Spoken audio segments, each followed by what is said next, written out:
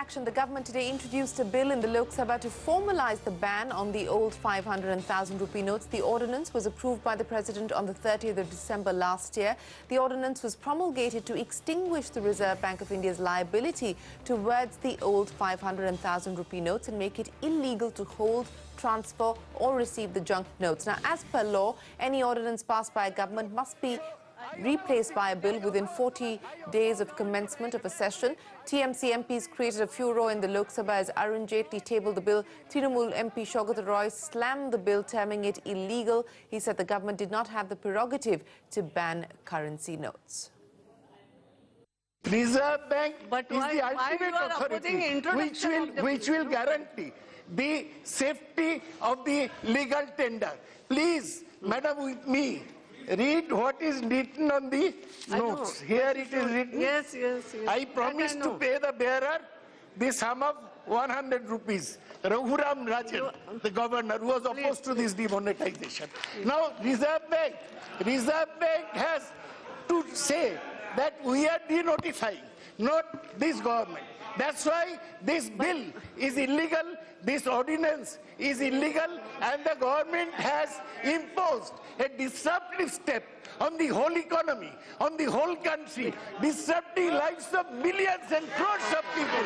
They put everybody to shame. The 8th November notification by which high denomination currency ceases to be a legal tender was under section 26(2), which the Reserve Bank of India Act, the Reserve Bank is competent to pass that order.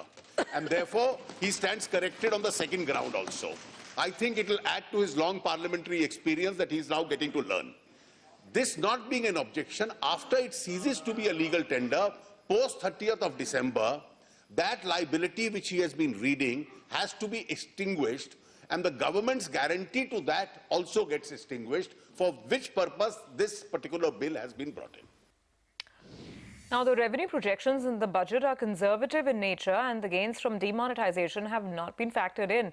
That's the word coming in from Finance Minister Arun Jaitley. Speaking to a gathering of representatives from India Inc., Jaitley also said that the bad bank concept is not a bad idea, but the timing might not be right just yet. As far as the demonetization is concerned, we must bear in mind that whatever are the revenue and other gains of it may not have been fully factored in. Because as against a 17% growth in revenue in the last 2 years, we've actually put it at 12% this year. This whole suggestion which has been mooted